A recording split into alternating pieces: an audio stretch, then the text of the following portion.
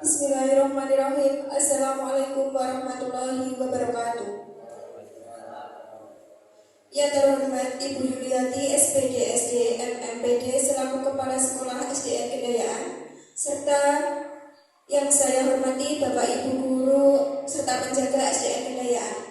Marilah kita panjatkan puji syukur kehadirat Allah SWT karena telah memberikan rahmat kesehatan dan keselamatan sehingga kita bisa berkumpul pada siang ini tanpa ada kekurangan suatu apapun.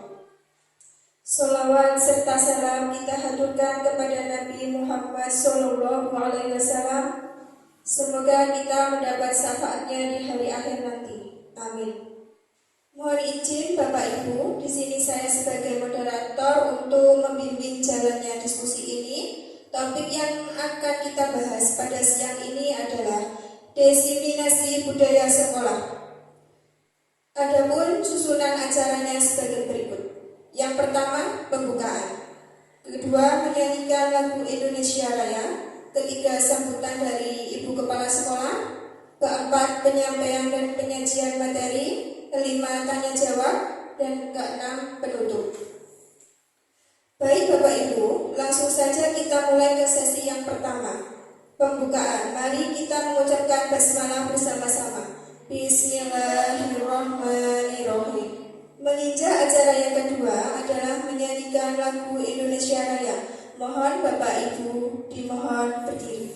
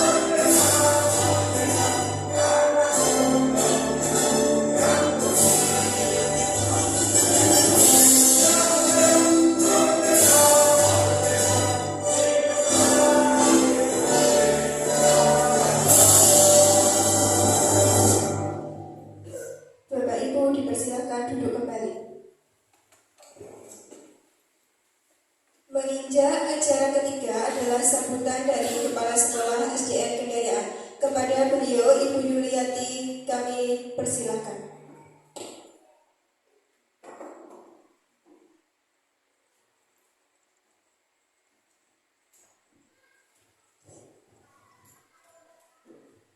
Terima kasih.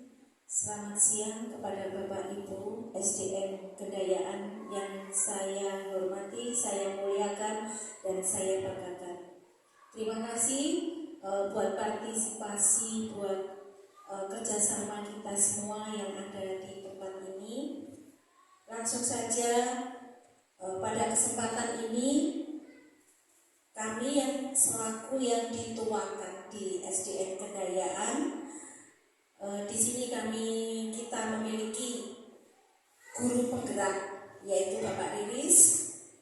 Itu merupakan sesuatu yang positif yang mampu memotivasi teman-teman yang ada di sini. Bapak Ibu sekalian, pada kesempatan ini akan nanti disampaikan salah satu tugas untuk memenuhi tugas daripada Bapak Riris, yaitu diseminasi budaya positif di sekolahan. Apa dan bagaimana budaya positif yang ada di sekolahan ini nanti akan dijelaskan oleh Bapak Riris secara rinci. Jadi harapannya nanti dengan adanya diseminasi budaya positif ini kita mampu menindaklanjuti. Jadi kita yang ada semua yang ada di sekolah ini, tidak hanya Pak Riris saja yang mampu mempraktekkan, mengaktualisasikan budaya positif, tapi atmosfer ini kita lakukan juga kepada kelas-kelas yang lain, kepada Bapak Ibu guru yang lain. Jadi di sini dengan adanya program guru penggerak ini mampu menggerakkan kita semua, mampu membawa budaya yang positif di sekolah kita, sehingga apapun yang kita lakukan itu semua semata hanya untuk kebutuhan anak didik kita. Untuk itu dalam pemaparan ini mari kita nanti simak bersama-sama dan kita tindak lanjuti bersama-sama. Dari antara teman-teman Bapak Ibu guru yang ada di tempat ini, mungkin ada yang kurang jelas, kita di sini nanti berdiskusi bersama-sama. Untuk itu waktu dan tempat selanjutnya kami serahkan kepada Bapak Riris untuk menyampaikan diseminasi budaya positif di sekolah kita, yaitu SDN Kedayaan. Terima kasih. Terima kasih atas waktunya Ibu. Selanjutnya adalah penyampaian dan penyajian materi kepada Bapak Riris. Kami persilakan.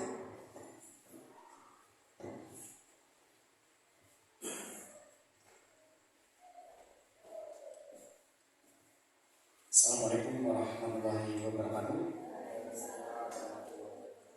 Alhamdulillahirabbil alamin wa bihi nasta'in ala umuri dunya. Wassalatu wassalamu ala asyrafil anbiya'i wal mursalin sayyidina wa maulana Muhammadin yang kami hormati Ibu Kepala Sekolah Ibu Yuliati SPDFC MMD, yang saya hormati Bapak Ibu Guru beserta penjaga sekolah SDN Kedayaan. Pertama-tama dan utama, marilah kita senantiasa mengucapkan puji syukur kehadirat Allah Subhanahu wa Ta'ala, yang mana sampai siang hari ini kita diberikan kesehatan, taufik dan hidayahnya dalam keadaan sehat walafiat. Yang kedua, sholawat dan salam kita selalu senantiasa mengaturkan kepada Nabi besar beliau Nabi Muhammad Sallallahu Alaihi Wasallam. Semoga di hari akhir nanti kita mendapatkan syafaatnya. Amin amin ya rabbal alamin. Bapak Ibu,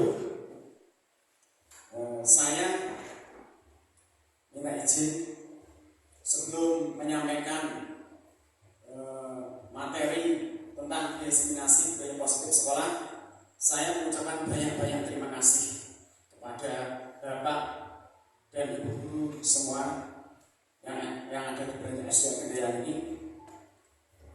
Terus terang Bu, kemarin itu saya matur kepada Ibu Yuliati, Bu Kepala Sekolah, Bu, saya ada tugas dari program guru penggerak atau CGP calon guru penggerak, yaitu tentang mensosialisasikan atau diseminasi tentang budaya positif yang ada di sekolah kita. Itu Pak Bu. Alhamdulillah kemarin responnya Ibu Yuli sangat baik dan saya fasilitasi sampai pada siang hari. Itu Pak Bu. Terus Pak Bu, saya juga memohon maaf apabila nanti dalam penyampaian materi itu mungkin ada kekurangannya, dan saya juga meminta maaf, bukan saya itu kok bagaimana ya harus jadi ya calon gubernur seperti ini, bukan seperti itu Mbak. Menurut saya kita ini sharing, belajar bersama, begitu saja. Belajar bersama mengenai budaya positif. Apa yang saya pelajari di CGP itu saya akan mensosialisasikan atau menyampaikan dari apa yang saya pelajari di guru penggerak, seperti itu ya. Baik Bu. Terus terima kasih semuanya Bapak Ibu Guru. Bapak Ibu Guru, sebelum masuk materi Pak Bu, ini perkenalkan saya Bapak Neris, itu calon CGP Angkatan 7 Kabupaten Bengkulu. Ini di samping kiri ya Bu ya. Ini samping kiri ini adalah Ibu Wahyu Ningsih. Beliau adalah fasilitator. Beliau juga seorang pengajar di Kabupaten Kebumen. Itu yang kedua ini Ibu Sri Lestari. Beliau adalah juga pengajar di salah satu kecamatan Kunduran. Beliau adalah pengajar praktek saya Bu. Lanjut Bu ya. Nah, sebelumnya Bu, saya mengucapkan selamat datang untuk guru-guru hebat SDN Kendayaan. Mari kita belajar bersama, berkolaborasi, saling mendukung demi mewujudkan budaya positif di sekolah kita. Tepuk tangan Bu. Terima kasih. Lanjut Bu ya. Nah, ini Bu. Kemarin itu Bu, saya kan ada tugas dari CGP Pak, itu tentang mensosialisasikan budaya positif.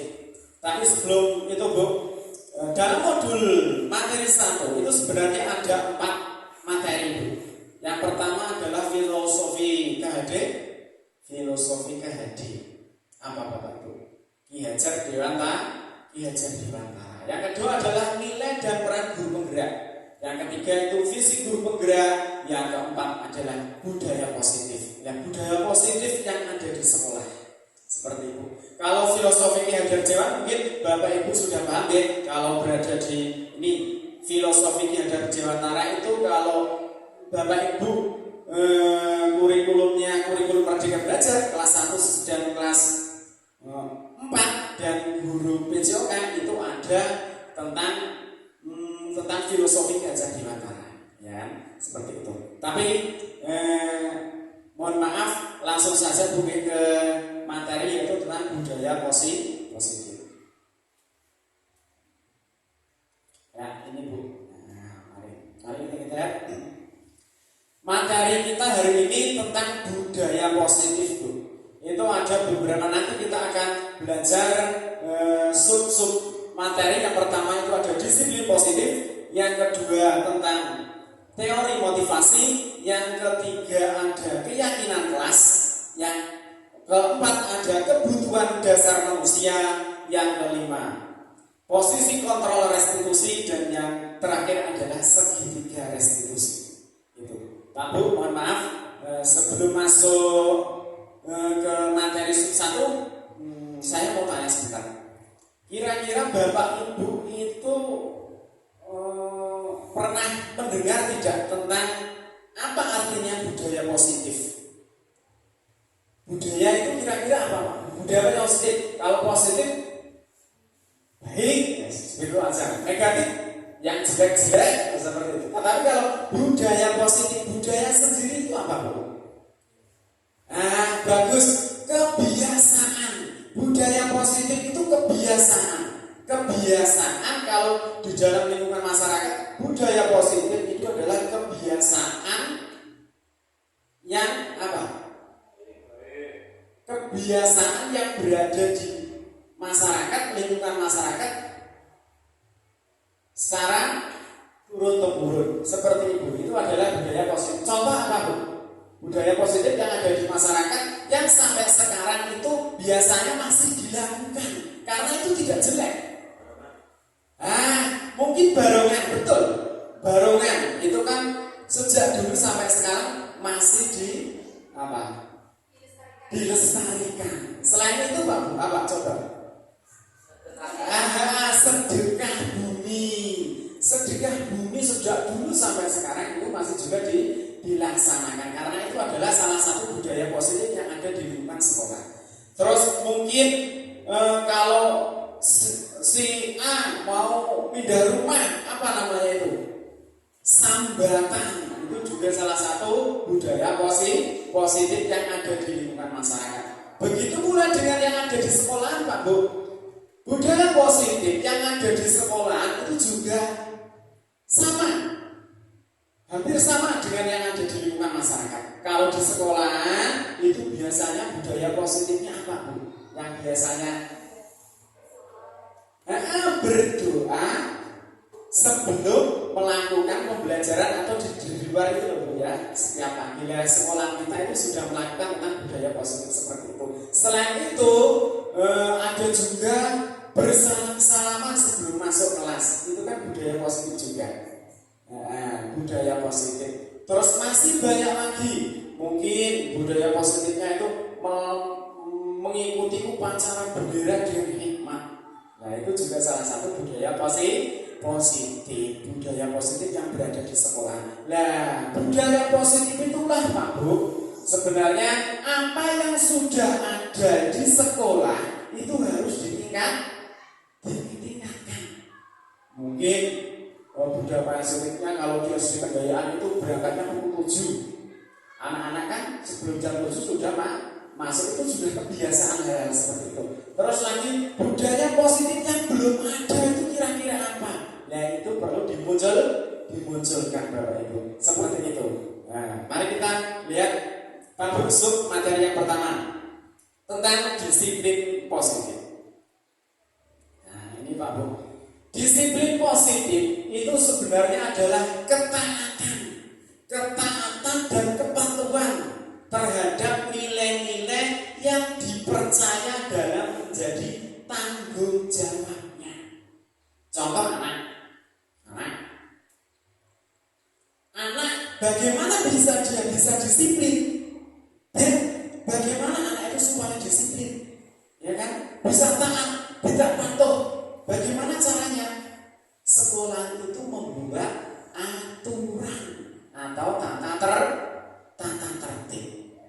Tujuannya apa? Tujuannya apa dari aturan, dari tata tertib itu? Coba Pak, Bu.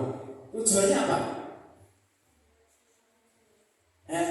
Membuat siswa itu supaya taat dan patuh, supaya dia itu apa? Supaya menjadi siswa yang baik, ya kan, seperti itu. Supaya siswa itu menjadi baik, terus menghormati apa ya? Menghormati aturan itu tadi, menghormati, menghargai, dan dia itu sadar dengan apa yang saya harus lakukan. Kalau sudah tahu tata tertibnya seperti ini, aturannya seperti ini, dia kan sudah tahu.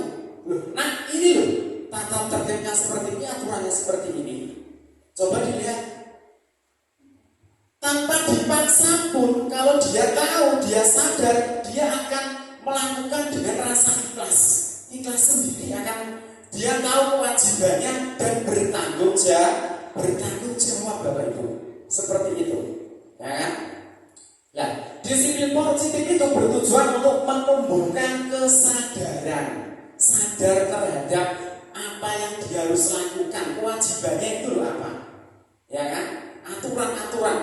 Ya, itu bagian di sekolah SD Kendayaan mungkin, ya kan? Kalau kemarin yang pertama adalah masuk sekolah tepat waktu, ya kan? Itu ada, Pak. Ada di sekolah SDN Kendayan itu ada. Saya cari kemarin saya Ibu Yuni, Bu, kemarin itu kan ada dulu ada tata tertib dan aturan, Bu. Masih ada? Masih, Pak. Seperti itu.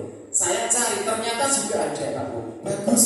Seperti itu. Nah, aturan itu loh, aturan itu seperti itu adalah untuk meningkatkan apa? Rasa tanggung jawab anak, rasa kewajiban anak, tanggung jawab anak terhadap kewajibannya. Seperti itu, Pak Bu.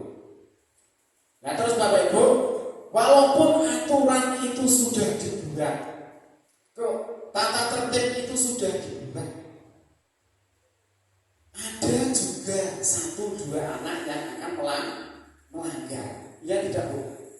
Aturan dibuat. Sama seperti kalau jika itu kita itu mau keburan, naik sepeda motor. Naik sepeda motor itu kan sebenarnya ada aturannya, Bu. Ada tata tertib. Dia nggak betul, Bu. Nah, apa salah satunya apa? Mungkin menggunakan helm. Nah, itu salah satu tata tertib supaya apa? Aman. Nah, sama seperti di sekolah kita. Coba Pak Bu, bagaimana kalau di sekolah itu tidak ada tata tertib atau aturannya? Bagaimana, Bapak Ibu? Nah, bagus sekali. Akan kacau, boleh kacau. Nah, sampai naik dewe nek cara ngarane. Wong aturan sekolah tidak ada aturan, Pak Bu. Nah, terus kalau tidak aturan ya saya berangkatnya seenaknya saja. Ya itu mereka itu tempatnya seperti itu. Enggak ono aturannya. Jadi nek gak ono aturannya ya sampai naik dewe seperti itu.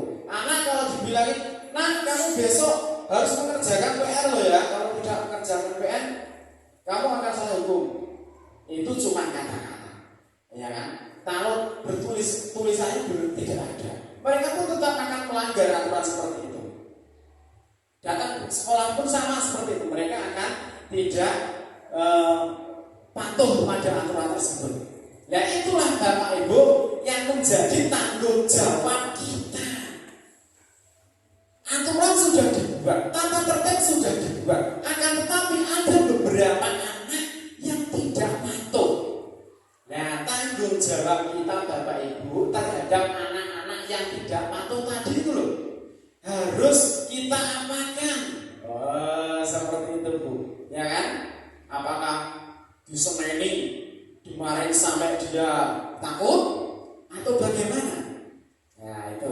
Terus Bu, nah, jadi begini Bu, kalau anak-anak itu melakukan pelanggaran, melakukan kesalahan atau mungkin aturannya itu dilanggar, tugas kita itu membimbing, ya kan? Membimbing, membetulkan, memberi pengarahan.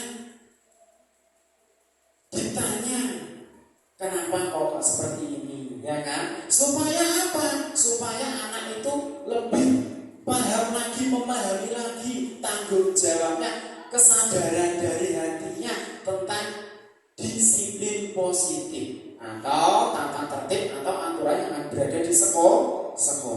Baik, Pak Bu, lanjut ke materi yang berikutnya. Bapak Ibu, kalau tadi ada anak yang melanggar, ya kan? Sebenarnya anak itu apabila ada aturan dan tata tertib, anak itu mungkin dia bisa takut atau mungkin dia itu bisa betul mereka itu disiplin. Akan tetapi apakah kedisiplinnya itu dari dalam hati, dari ikhlas dalam hati, belum tentu juga. Nah, makanya mengapa ada motivasi perilaku manusia? Nah, motivasi itu apa? Motivasi itu dorongan atau semangat yang timbul dalam diri seseorang atau siswa secara sadar.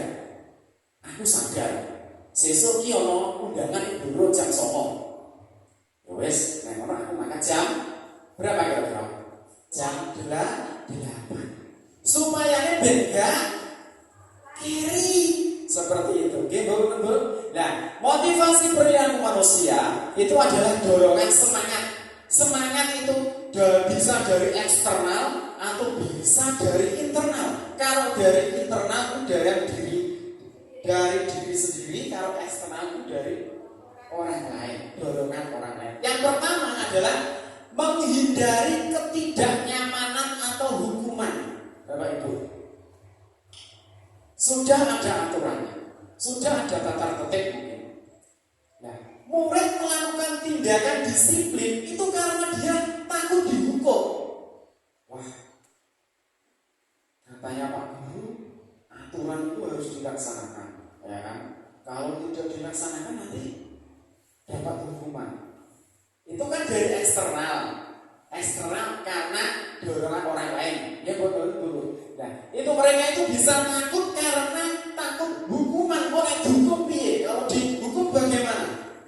Nah, Keri nanti kamu lari keliling sekolahan 3 kali. Nah, kalau kamu terlambat nanti. Nah, mereka karena takut hukuman itulah anak itu bisa disiplin waktu. Nah, seperti itu. Karena apa? Rasa takut. Contoh lagi, mengerjakan PR. Nah, kalau tidak mengerjakan PR nanti akan dihukum. Nah, karena hukuman itu tadi dia itu bisa apa? Disiplin. Itu karena dorongan orang lain. Yang kedua adalah mendapatkan imbalan atau penghargaan dari orang lain. Anak, besok kalau kamu ranking 1, 2, 3 akan saya beri hadiah. Betul Pak? Betul. Saya akan beri hadiah. Hore! Nah, itulah itu salah satu juga bisa meningkatkan kedisiplinan dalam belajar. Nah, murid melakukan tindakan disiplin untuk mendapatkan imbalan, karena mendapatkan pengakuan, hadiah, pujian dari orang lain. Baguslah kamu ranking 1, saya akan beri hadiah kamu. Nah, mereka akan termotivasi. Tapi jangan salah Pak Bu, memberikan hadiah ini sebenarnya itu bukan hal yang positif juga. Betul, bagi anak-anak yang pandai senang. Tapi kalau bagi anak-anak yang kurang pandai, paling soalnya ini yo sing entuk yo mesti sing pinter-pinter kuwi. Nah, maka dari itu Pak Bu, mendapatkan imbalan penghargaan itu juga baik bagi mereka yang sudah pandai. Akan tetapi kalau belum pandai, bingung Bu. Coba kalau sudah mendapatkan hadiah, mereka pasti senang. Yang tidak mendapatkan hadiah bagaimana? Dia malu, isin malu karena dia tidak mampu menjadi juara yang 1. Nah, makanya hadiah itu juga harus dipikir 2 kali. Nah, menurut saya kalau memang harus diberi hadiah, ya diberi hadiah semua. Seperti itu. Kalau harus memberikan hadiah, jangan 1, 2, 3 saja. Yang lainnya nanti menjadi malu, isin, seperti itu. Jangan minder, bahkan dia minder. Nah, itu. Terus yang ketiga itu ada menghargai nilai-nilai kebajikan dari dirinya, dari dalam dirinya sendiri. Murid melakukan sesuatu disiplin karena dari keinginannya sendiri. Karena apa? Merasa dia merupakan hal wajib yang harus dilaksanakan. Nah, ini timbul dari dalam dirinya sendiri. Saya ini saya ini siswa. Seharusnya saya siswa ini bagaimana kewajiban siswa? Kewajiban siswa adalah belajar, timbul dari diri sendiri. Seandainya saya nanti pandai, yang untuk saya sendiri, ya kan? Terus orang tua juga senang.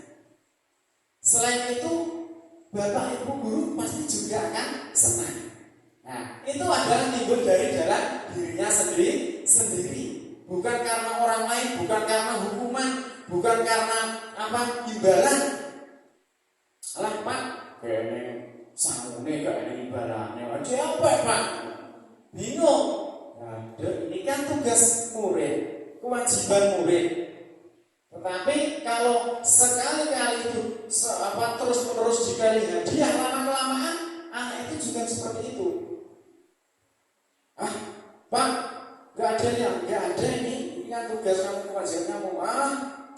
Kemarin kan ada hadiahnya Pak, sekarang kan tidak ada hadiahnya, seperti itu, ya kan? Nah, Bapak Ibu silakan. Ini kan ada motivasi. Yang pertama adalah karena bisa disiplin, betul dia sendiri karena ada ketidaknyamanan atau hubungan. Yang kedua, karena ingin mendapatkan imbalan, atau yang ketiga itu mengenai menghargai dirinya sendiri. Nah, seperti itu Bapak. Terima kasih. Terus lanjut Bapak Ibu. Nah, ini Bapak Ibu. Hukuman, konsekuensi dan restitusi. Karena ini contoh kasus seperti ini. Siswa sering tidak mengerjakan PR. Sudah tahu mungkin keyakinan kelas atau aturannya, mengerjakan tugas tepat waktu. Nah, saya seperti itu. Kasus di sini adalah siswa sering tidak mengerjakan PR. Itu kan sudah melanggar aturan. Sudah melanggar aturan, sudah melanggar keyakinan kelas atau mungkin kesepakatan yang dibuat di dalam kelas, Bapak Ibu. Karena seringnya tidak mengerjakan PR, akhirnya kan Bapak Ibu guru kan memberikan hukuman. Hukuman ini sifatnya adalah mendadak dan menyakitkan. Biasanya seperti itu. Mendadak dan menyakitkan.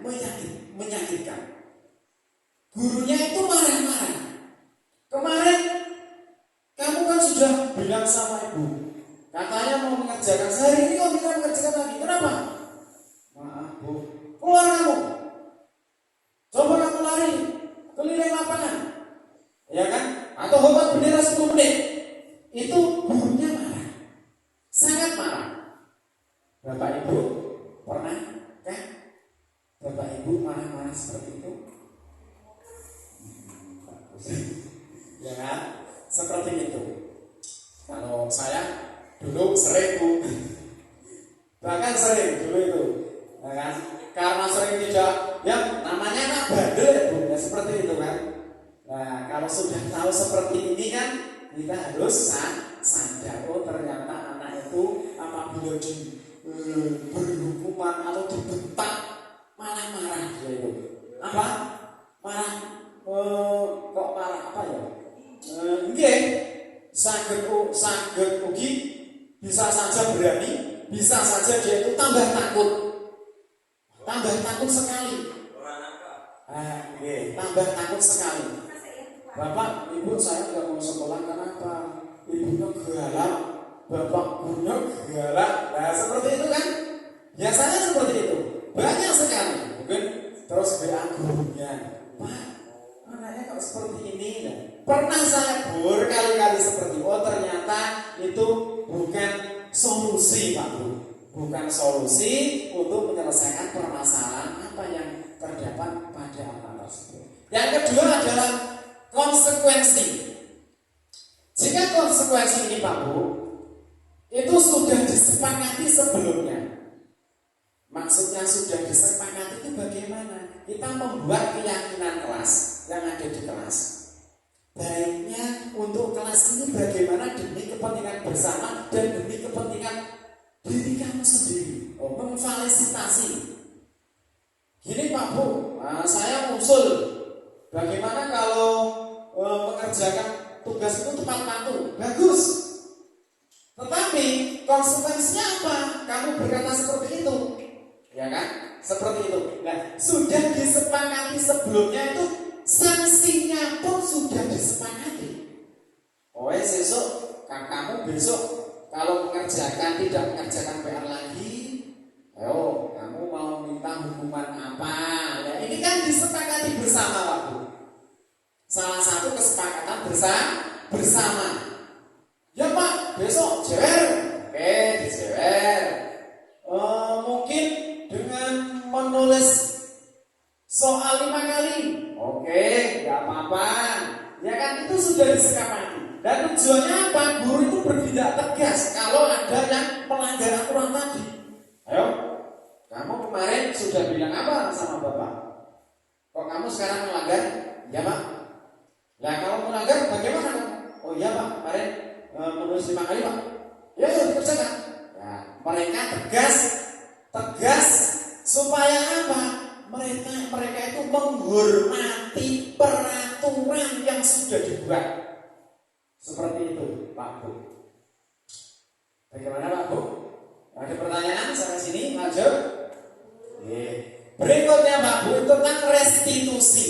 Nah, restitusi ini dan konsekuensi itu termasuk identitas sukses Pak Bu sebenarnya. Kalau tadi itu hukuman, itu termasuk identitas gagal. Karena apa? Murid menjadi takut. Gurunya marah-marah. Itu kan gagal. Guru wis muridnya wedi, takut. Kalau tidak takut, dia malah berani betul. Itu tadi itu termasuk identitas gagal. Akan tetapi untuk konsekuensi dan restitusi ini termasuk identitas sukses. Restitusi, guru menanyakan keyakinan kelas. Oh, sudah disepakati keyakinan kelas itu. Mungkin keyakinan kelas adalah membersihkan ruangan, salah satunya, ya kan? Terus mungkin juga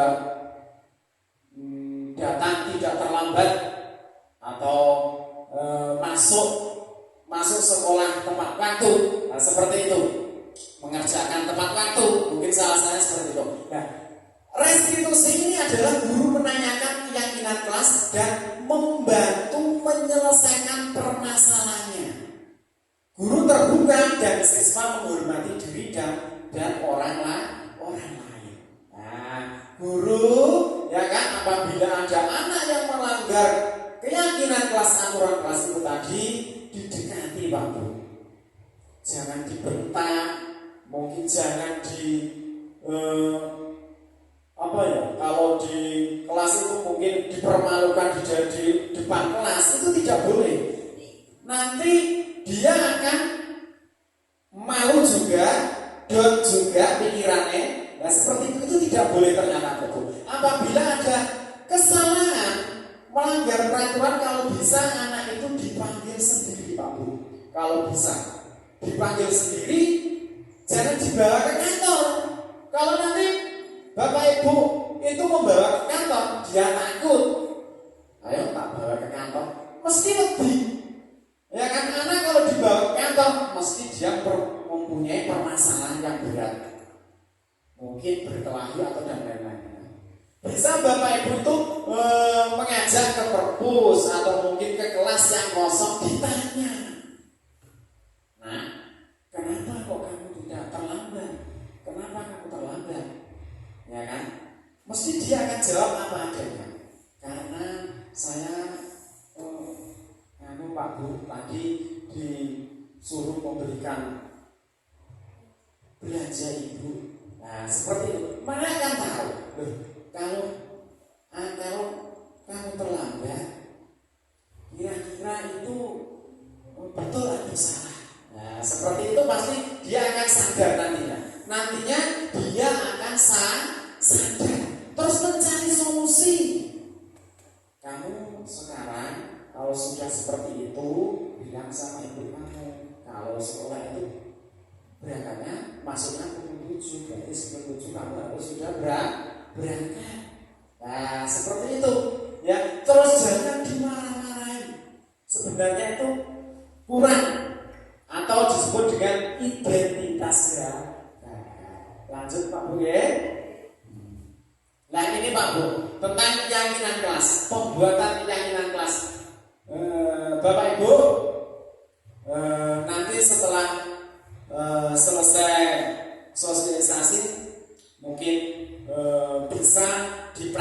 bicarakan di kelasnya masing-masing tentang keyakinan kelas. Nah, Pak Bu coba lihat ini. Ini ada self-matik. Yang pertama itu ada anak kecil mau diajak jalan-jalan ke Blora sama orang tuanya. Yang kedua tentang anak-anak sekolah memakai masker. Pertanyaannya adalah mengapa kita memiliki peraturan tentang penggunaan helm pada saat mengendarai kendaraan roda 2? Yang kedua, mengapa kita memiliki peraturan tentang penggunaan masker dan mencuci tangan di setiap saat? Kenapa Pak Bu? Pertama kenapa? Kenapa kok harus ada peraturan menggunakan helm? Yang kedua, kenapa kok harus memakai masker, cuci tangan? Apa? Ben piye? Ngono lho bareng ngono itu. Supaya aman. Coba lihat berikutnya Pak Bu. Nah ini. Karena demi keselamatan, keamanan. Ya tidak. Nek helm kira-kira aman kok. Ya aman. Kan sudah ada tata tertibnya, sudah ada aturannya. Jika berkendara di jalan raya itu harus menggunakan helm. Nanti kenapa? Nanti kalau ada apa-apa itu, ya kan mungkin di jalan itu kan ramai Pak Bu, ya kan? Tidak mungkin kepingine itu selamat semua, ya kan? Nah makanya kenapa harus menggunakan helm itu supaya selamat. Dan kenapa harus memakai masker? Juga menjaga kesehatan. Keselamatan, kesehatan inilah yang kita sebut sebagai keyakinan. Kalau di dalam berkendara, ya kan? Sekarang, keyakinan ini itu termasuk nilai-nilai kebajikan universal, ya kan? Yang disepakati bersama. Terlepas dari latar belakang suku, bahasa, maupun agama. Dalam arti tidak membeda-bedakan. Kalau kita nanti membuat keyakinan kelas Pak Bu, itu semuanya itu jangan sampai menyinggung perasaan satu dengan yang lain. Ya kan? Makanya harus terlepas dari latar belakang suku, bahasa, maupun agama. Contoh-contoh dari nilai kebajikan universal adalah keadilan, tanggung jawab, jujur, bersyukur, rendah hati, toleransi, berprinsip, integritas, kasih sayang, rajin, komitmen. Komitmen koyok ini berarti harus dikerjakan bersama-sama, harus dilaksanakan bersama-sama, percaya diri dan kesabaran. Baik Pak Bu, coba kita lihat dulu lagi. Nah, ini tentang keyakinan kelas. Mengapa harus keyakinan kelas? Kenapa kok tidak peraturan kelas? Apa bedanya itu apa? Seperti itu. Keyakinan kelas dan peraturan kelas. Ada perbedaannya sebenarnya. Kalau keyakinan kelas itu adalah suatu kesepakatan. Kesepakatan yang diyakini bersama, berasal dari penyatuan pikiran untuk menjadi nilai-nilai kebaikan, dilaksanakan dengan hati ikhlas, rasa tanggung jawab, tanpa adanya paksaan dari luar. Ya kan? Seperti itu. Sedangkan peraturan atau tata tertib itu adalah patokan yang dibuat untuk membatasi tingkah laku seseorang dalam suatu lingkup. Mungkin tata tertib sekolah, ya kan? Yang jika dilanggar akan dikenakan hukuman atau sanksi. Nah, itu perbedaannya. Bu, tata tertib itu juga bisa dibuat bersama-sama, juga bisa dibuat sendiri. Tetapi kalau keyakinan kelas Pak Bu, itu harus dilakukan kesepakatan bersama-sama kalau keyakinan kelas di dalam ruangan, ya kan? Siswa itu juga harus memunculkan ide kreatifnya tentang keyakinan kelas yang harus dilakukan bersama, diyakini bersama. Seperti itu. Memberikan kebebasan kepada anak untuk mengekspresikan ide demi kebaikan kelasnya. Seperti itu. Nah, mari kita lihat lanjut ya. Ini Pak Bu. Nah, langkah-langkah menyusun keyakinan kelas. Yang pertama itu mempersiapkan murid, warga atau warga sekolah atau murid untuk mengemukakan pendapatnya, ide tentang peraturan yang perlu disepakati bersama. Nah, yang kedua, mencatat semua masukan-masukan pada murid. Masukannya si A, apa kan? Ini seperti ini. Bu, tidak boleh membuang sampah sembarangan. Oke, tulis. Tidak boleh berdengar dengan teman. Bagus, ditulis.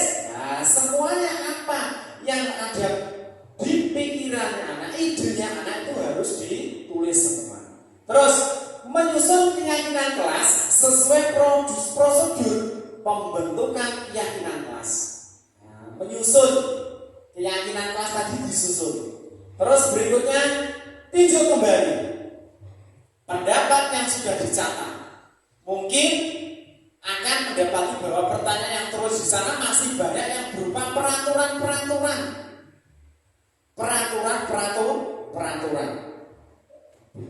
Ya, contohnya tadi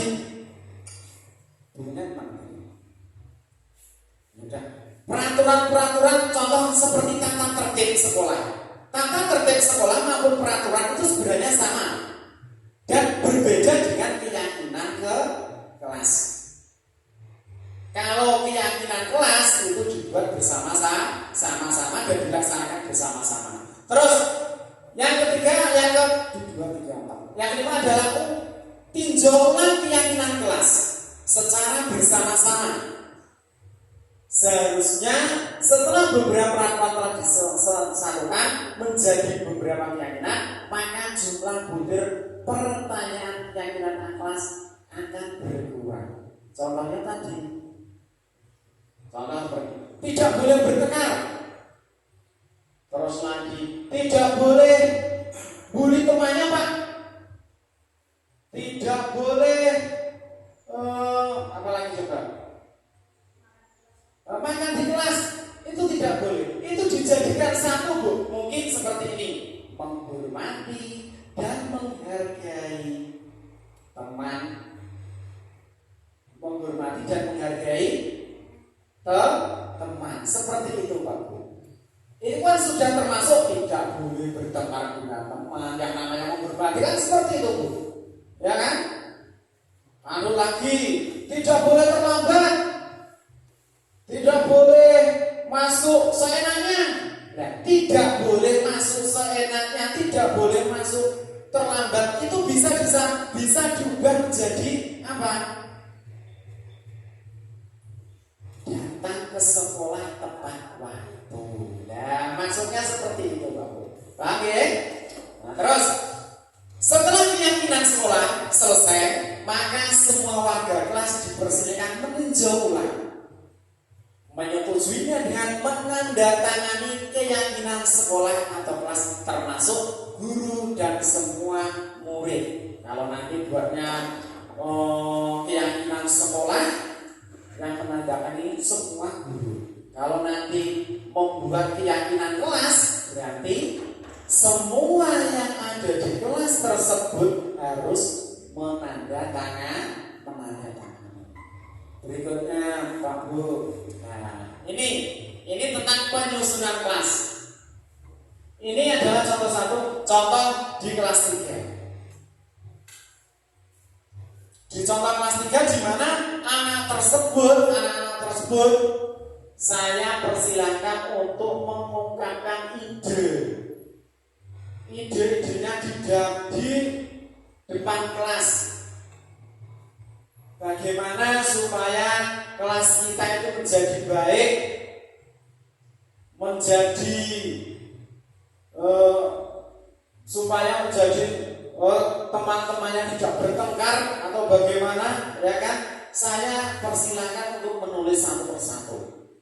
Ditulis persatu-satu, inilah nanti saya jadikan satu yang mana yang harus dijadikan satu.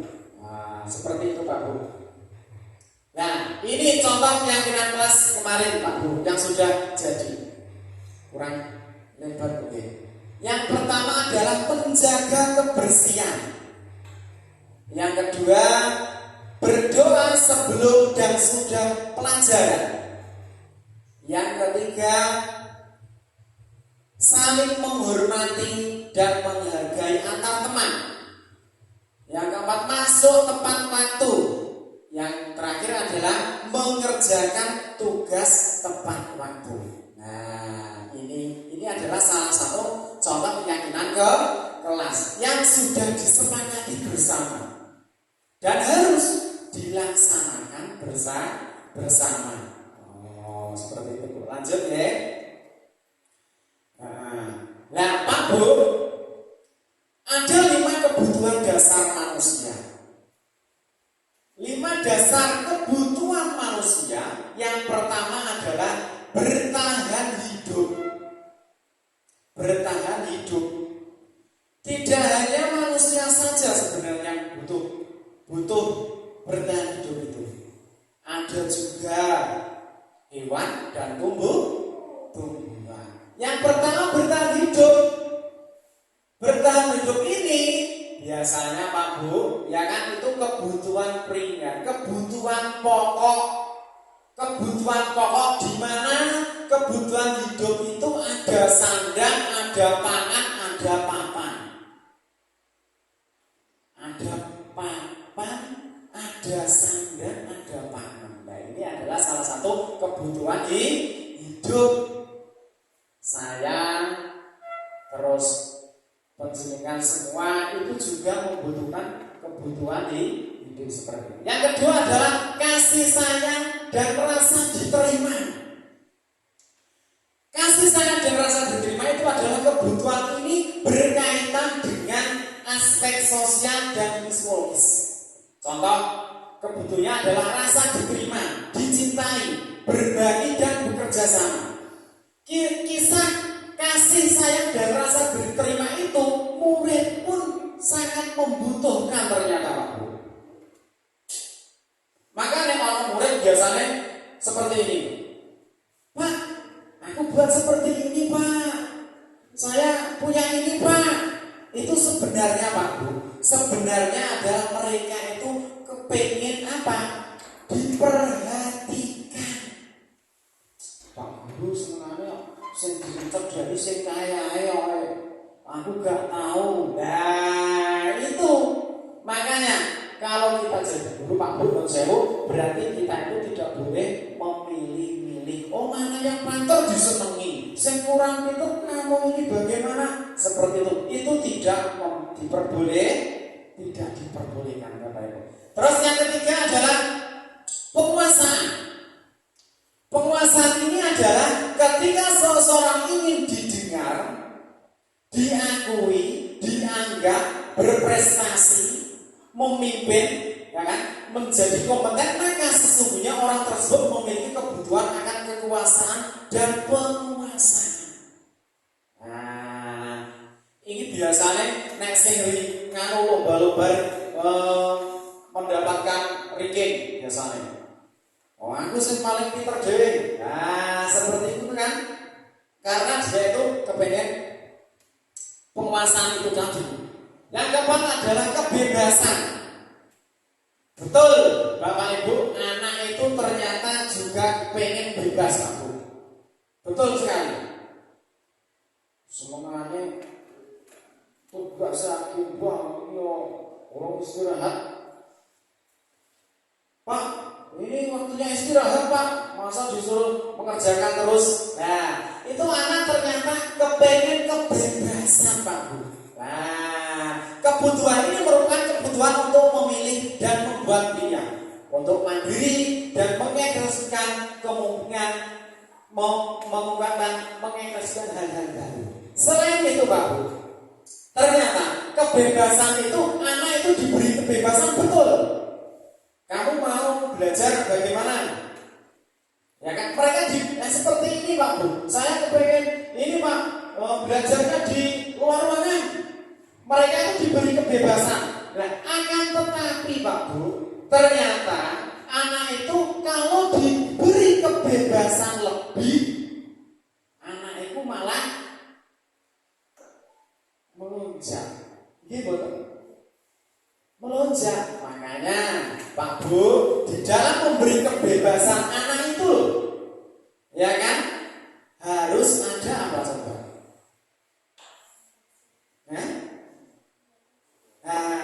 Iya, harus ada batasannya, ya kan? Harus ada batasannya. Kita juga harus memberikan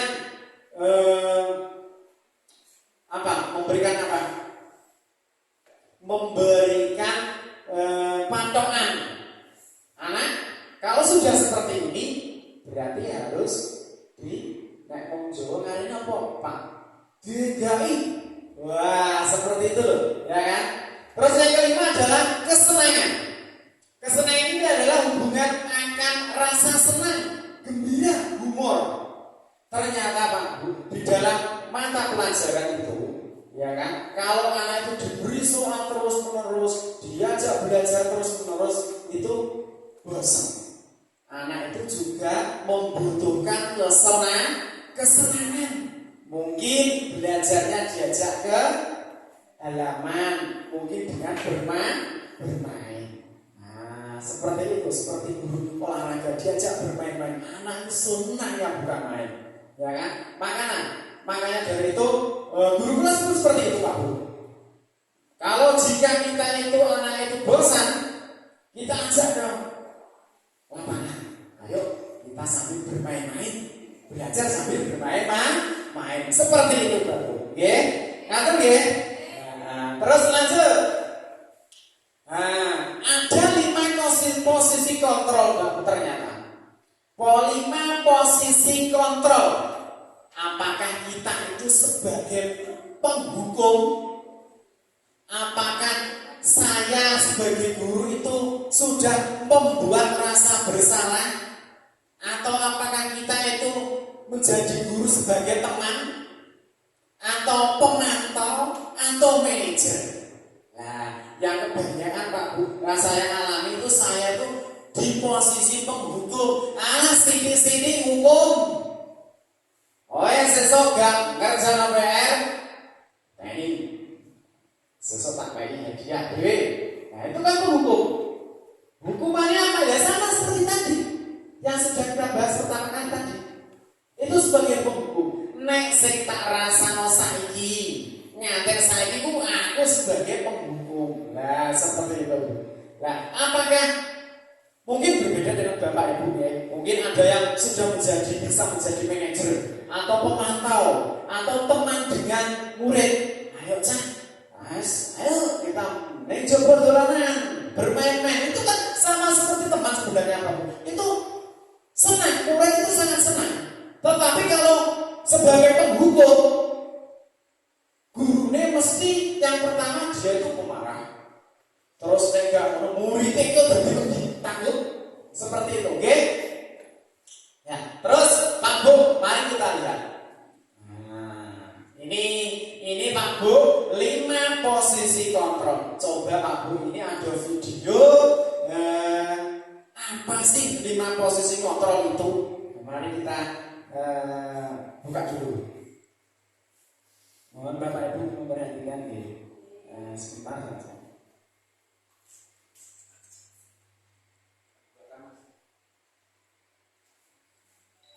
Oke, nah, terima kasih. Coba Bapak Ibu kita lihat 5 posisi kontrol dulu. Salam bahagia Ibu dan Bapak Guru hebat dalam penerapan disiplin positif restitusi. Salah satu program yang dikembangkan adalah 5 posisi kontrol. 5 posisi kontrol dalam restitusi adalah proses perjalanan seorang pendidik agar dapat mengenali dirinya. Pada video kali ini, kita akan membahas tentang 5 posisi kontrol yang dikembangkan oleh Diane Rosen dan contoh penerapannya.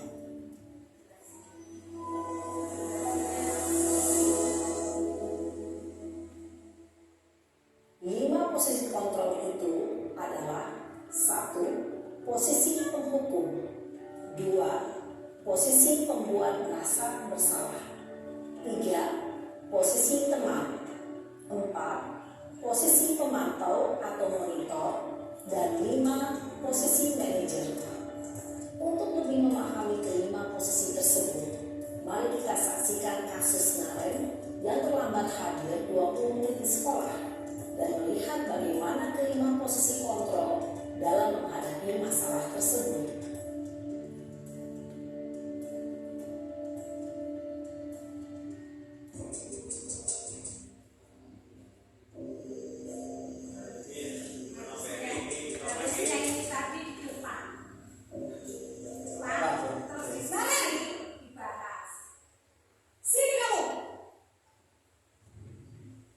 Selamat pagi, Bu. Selalu terlambat. Kamu deh, pasti terlambat. Maaf Bu, saya Apa? Apa coba? Alasan kamu apa lagi? Kapan sih kamu tidak terlambat? Malas sekali ya kamu jadi anak. saya Dasar pemalas. Gak kapok-kapok sih kamu. Sudah berapa kali terlambat? Sana, kamu keliling lapangan basket 2 kali. kenapa saya harus keliling lapangan basket Bu? Kenapa? Kamu melawan ibu. Berani-beraninya jawab. Sudah terlambat, masih berani jawab pula. Sekarang, keliling lapangan basket 5 kali sekalian. Biar kapok. Cepat. Pergi sana ke lapangan basket.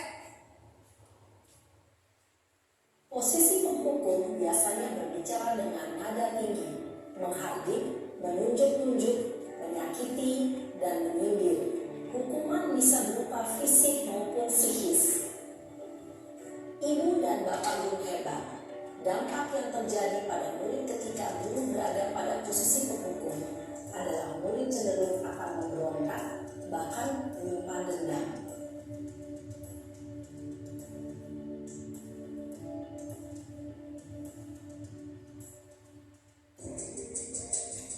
Yang kedua, membuat rasa bersalah.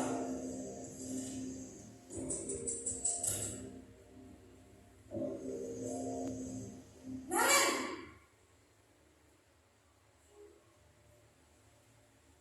Selamat pagi Bu. Naren. Kamu kenapa terlambat lagi, nak? Ya Tuhan, Naren. Kamu senang ya bikin ibu susah ya? Kalau kamu terlambat lagi, nanti ibu yang ditegur bapak kepala sekolah, nak. Disangka ibu tidak bisa membina kamu. Duh, gimana ini? Maaf Bu, Duh, Gusti Naren. Kamu suka ya kalau ibu ditegur bapak kepala sekolah? Terus, sekarang ibu harus tulis apa ini di buku absen? Ini kamu sudah sering terlambat loh. Ibu harus apa coba? maaf Bu, maaf sekali. Ya sudah, lain kali jangan bikin ibu susah lagi ya nak ya. Ibu tidak akan kuat lagi kalau kamu begini terus. Bisa jantungan kalau ibu ditegur bapak kepala sekolah. Sana cepat ke kelas. Maaf ya Bu, maaf sekali. Posisi pembuat rasa bersalah berbicara dengan nada tenang, cenderung lembut, namun kata-kata yang diutarakan membuat murid merasa menjadi orang yang gagal, memandang buruk dirinya sendiri, merasa tidak berharga, dan tidak sanggup membahagiakan orang lain. Ketika guru mengambil posisi pembuat rasa bersalah, murid akan menganggap dirinya yang bersalah dan ia akan menyimpan emosi negatif tersebut di dalam dirinya.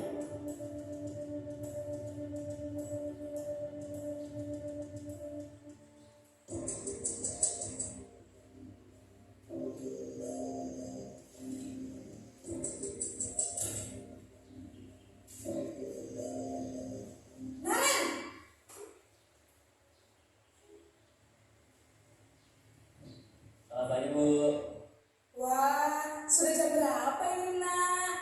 Terlambat lagi ya sayang. Iya Bu, habis ibu saya lupa bangunkan saya Bu. Kamu malah menyalahkan ibu kamu. Kamu bukannya anak yang larinya paling kencang.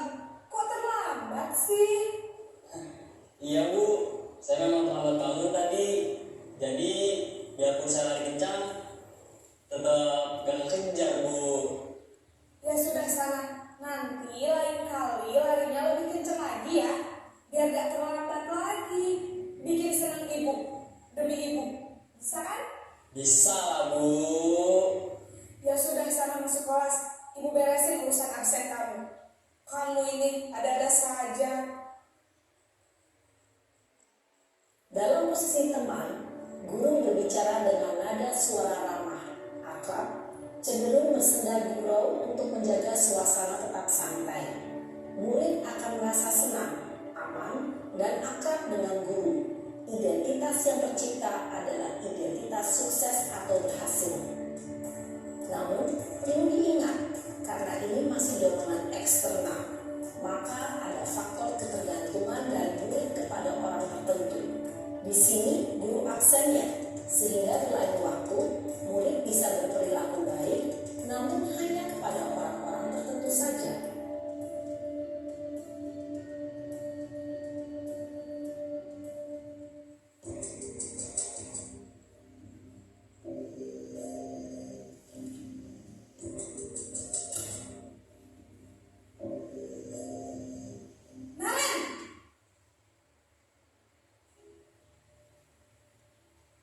Selamat pagi Bu.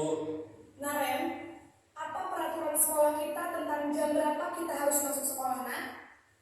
Kita harus di sekolah jam 7 Bu. Iya betul, sekarang sudah jam 7.20. Naren sudah tahu konsekuensinya jika terlambat hadir. Paham Bu, saya harus tinggal kelas pas jam istirahat selama 20 menit. Ya benar, konsekuensinya demikian. Jadi nanti jam 9.30 pas istirahat, kamu harus tinggal di kelas, kerjakan tugas tambahan untuk ketertinggalan kamu, ya? Baik Bu. Posisi pemantau mengandalkan penghitungan atau data untuk mengontrol murid.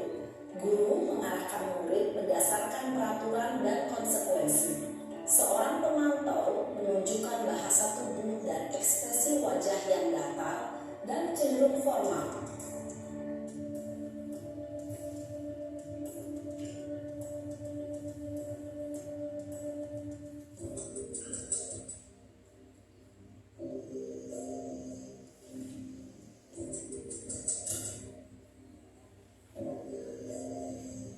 Naren!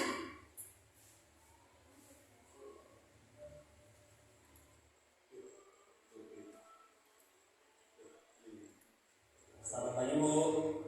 Selamat pagi, Naren. Maaf Bu, saya terlambat. Iya, sekolah masuknya jam 7, sekarang sudah jam 7.20. Jadi sekarang bagaimana ini, Naren? Maaf Bu, saya lupa setel alarm saya semalam. Baiklah, menurut kamu, keyakinan sekolah yang mana yang perlu kamu tingkatkan? Menghargai diri sendiri dan orang lain mungkin ya Bu. Setuju. Jadi, apakah Naren meyakini prinsip saling menghormati tersebut? Iya Bu, saya meyakininya. Apakah Naren bersedia memperbaiki masalah keterlambatan ini? Bersedia Bu. Bagaimana kamu akan perbaiki masalah keterlambatan ini? Saya akan coba untuk tidak lupa menyetel alarm saya Bu. Baik, kalau Naren lupa menyetel alarm di rumah, ada orang yang kira-kira bisa bantu mengingatkan tidak? Ada Bu, kakak saya, Kak Emma. Ada lagi selain Kak Emma? Selain Kak Emma, ada ibu saya. Baik, jadi yang mengingatkan Naren adalah Kak Emma dan ibu kamu ya? Kira-kira akan mulai start alarm kapan nih, Naren? Setelah pulang sekolah, akan segera saya lakukan. Baik, jadi Naren akan setel alarm untuk bangun besok pagi dan akan diingatkan oleh kakak dan ibunda Naren ya. Ada lagi yang mungkin perlu dilakukan, Naren, agar tidak terlambat bangun lagi? Tidak ada Bu. Baik, Naren. kasih untuk kerjasama kamu. Sekarang kamu perlu kembali ke kelas untuk belajar. Baik Bu, terima kasih. Posisi manajer adalah posisi kontrol yang disarankan untuk membimbing murid memiliki sikap disiplin yang positif, yaitu murid yang mandiri, bertanggung jawab, dan dapat memecahkan masalah. Tujuan dari posisi ini adalah agar murid dapat berefleksi atas tindakannya. Guru akan dengan tulus memberikan pertanyaan-pertanyaan bermakna, sehingga membuat murid dapat belajar dari kesalahannya dan mencari sebuah solusi untuk menyelesaikannya. Ibu dan Bapak guru hebat, setelah mengamati adegan kelima posisi kontrol tadi, kira-kira posisi mana yang paling ideal?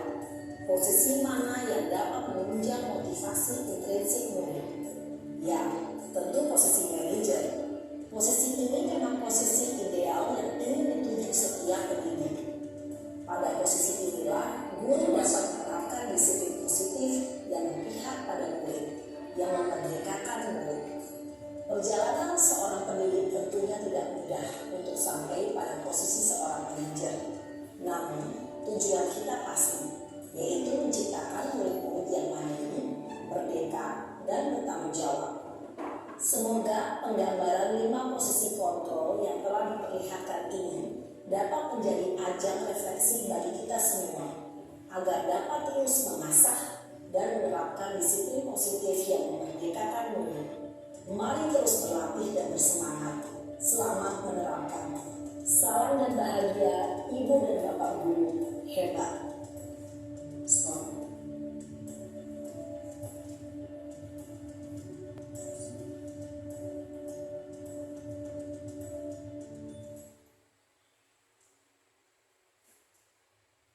Baik Pak Bu, itu tadi video tentang 5 posisi kontrol. Nah sekarang apakah Bapak Ibu itu sebagai posisi kontrol itu sebagai penghukum atau membuat rasa bersalah, atau mungkin sebagai teman, atau mungkin sebagai pemantau, atau mungkin sebagai manajer? Kalau saya Pak Bu itu masih pada posisi penghukum. Kadang-kala juga rasa bersalah, juga teman.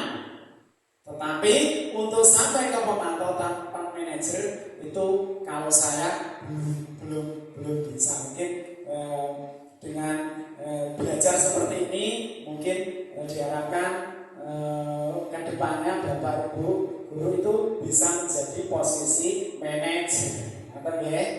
Nah, lanjut Pak Bu ya. Yang materi berikutnya adalah tentang segitiga restitusi Pak Bu. Segitiga restitusi ini dirancang, dikembangkan oleh Dan Gershon yang berlandaskan pada teori kontrol Dr. William Glasser. Restitusi adalah proses menciptakan kondisi bagi murid untuk memperbaiki kesalahan mereka. Sama persis guru sebagai posisi manajer tadi. Ya. Sehingga mereka bisa kembali pada kelompok mereka dengan karakter yang lebih kuat. Kalau tadi seperti posisi manajer, seorang guru itu tidak pemarah, akan tetapi dia mencari solusi.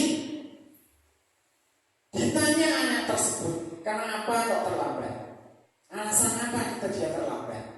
Seperti itu, ya kan? Terus guru itu mencari solusinya dan menanyakan keyakinan kelas yang dibuat tadi. Kalau seperti itu, apakah kamu itu sudah sesuai dengan keyakinan kelas? Belum Pak Bu. Kalau belum bagaimana? Tidak lanjut kamu. Saya akan meningkatkan dan taat terhadap keyakinan kelas tadi. Seperti itu. Terus segitiga restitusi berikutnya Pak Bu. Tujuan dari segitiga restitusi adalah membantu murid lebih memiliki tujuan, lebih disiplin, menghargai dan menghormati orang lain, melaksanakan dan melakukan keyakinan dengan yang telah disepakati bersama. Nah, keyakinan kelas tadi kan disepakati bersama Pak Bu di dalam kelas. Ya, itu adalah apabila ada anak satu, anak dua anak itu melakukan kesalahan, guru itu melakukan perbaikan menggunakan restitusi, Pak Bu. Nah, tujuannya restitusi itu seperti itu, memperbaiki kesalahan yang telah diperbuat dengan melakukan nilai-nilai kebajikan. Jadi tidak sebagai penghukum, tidak sebagai rasa bersalah tadi, akan tetapi memperbaiki guru itu sebagai posisi manajer. Terus, nah, segitiga restitusi yang pertama adalah ada menstabilkan identitas.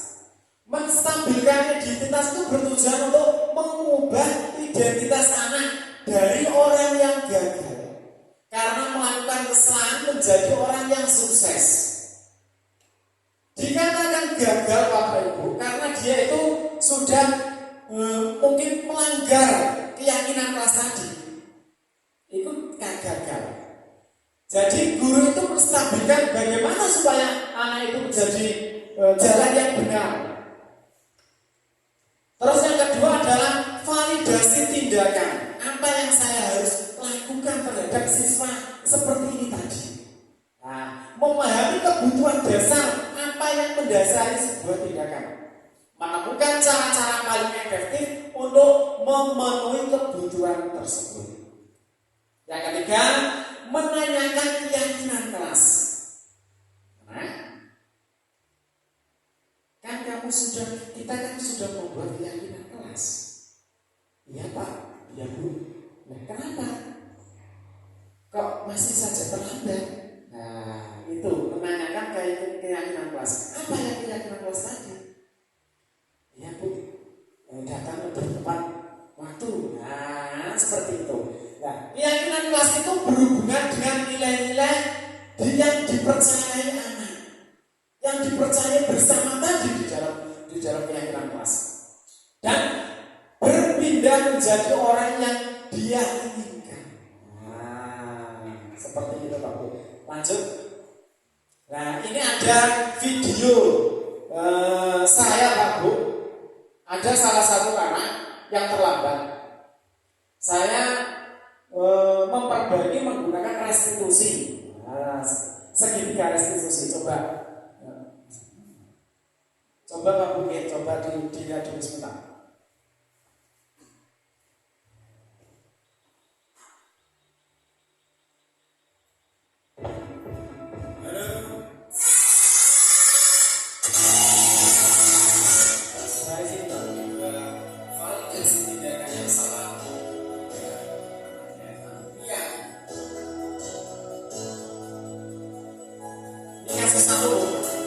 Ada anak yang datang terlambat ke sekolah.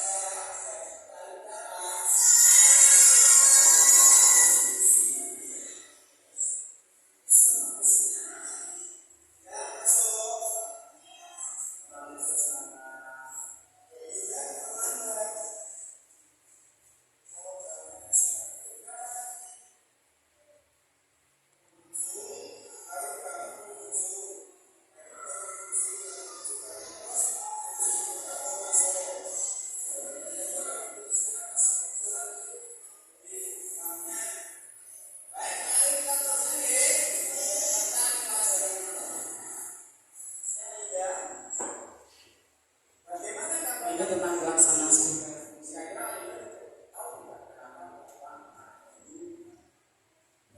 pertama menstabilkan identitas.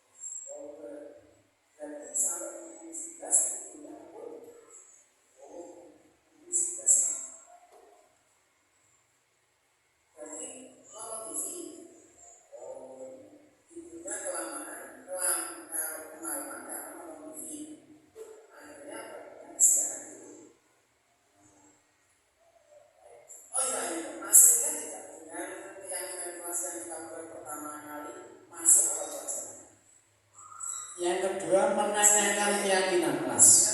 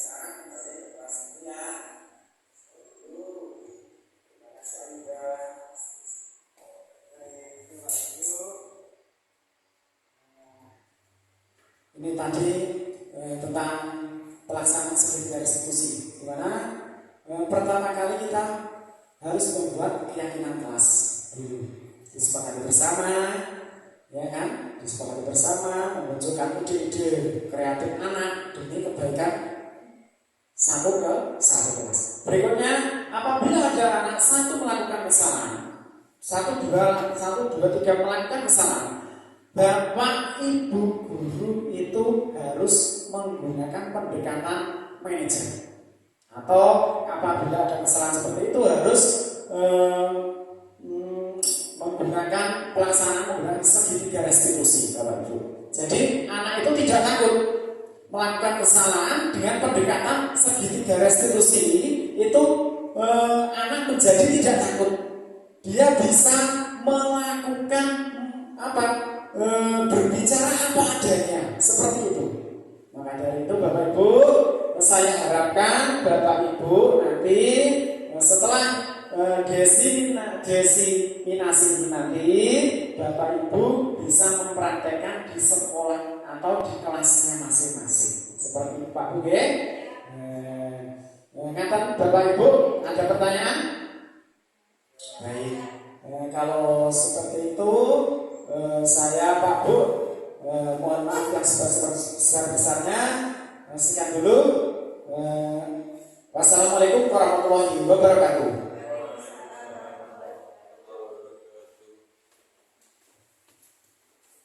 Terima kasih Bapak Iris atas penyampaian materinya. Semoga membawa keberkahan bagi kita semua ya. Amin. Untuk sesi berikutnya yaitu penutup ya. Kita baca hamdalah bersama-sama. Alhamdulillahirabbil alamin. Sekian dari saya, kurang lebihnya mohon maaf. Wabillahi taufiq wal hidayah. Wassalamualaikum warahmatullahi wabarakatuh. Waalaikumsalam warahmatullahi wabarakatuh.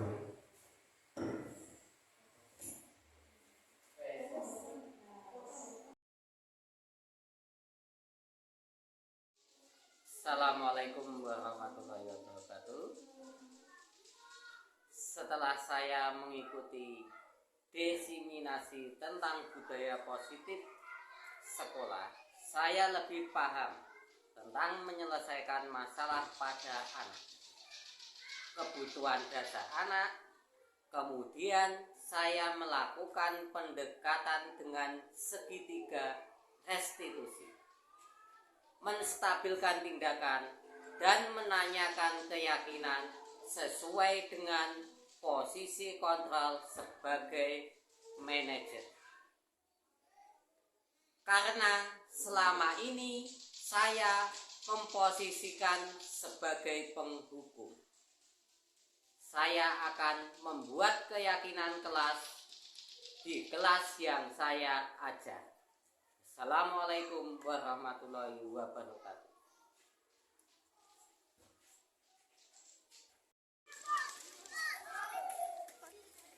Assalamualaikum warahmatullahi wabarakatuh.